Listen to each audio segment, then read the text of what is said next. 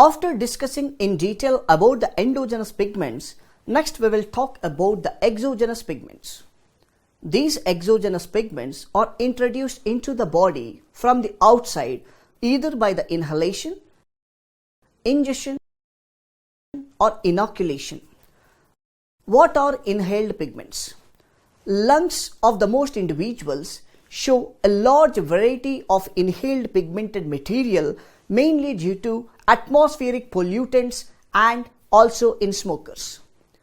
Most commonly inhaled substances are carbon or coal dust, silica or stone dust, iron or iron oxide, and asbestosis, which is a condition known as pneumoconiosis. Pigment particles are taken up by the macrophages, which settle in the interstitial tissue of the lung and in the bronchioles and are deposited in the hilar nodes. So, extensive deposition of the particles over long periods of time may cause low-grade inflammation, finally leads to fibrosis and impaired respiratory function. And next is about ingested pigments. Ingestion of certain metals causes pigmentation. Examples are diarrhea, where chronic ingestion of silver compounds can cause brownish pigmentation of the skin, bowel and the kidney. In the events of chronic lead poisoning, the pigmentation is a blue line on teeth and on the gum line.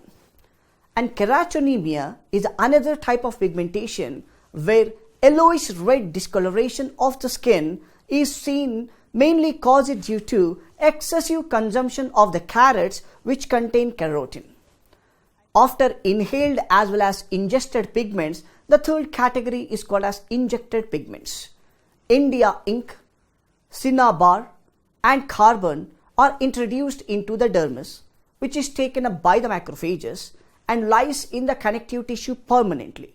This process is known as tattooing, which is called as injected pigment. So by this we completed the topic called as exogenous pigment.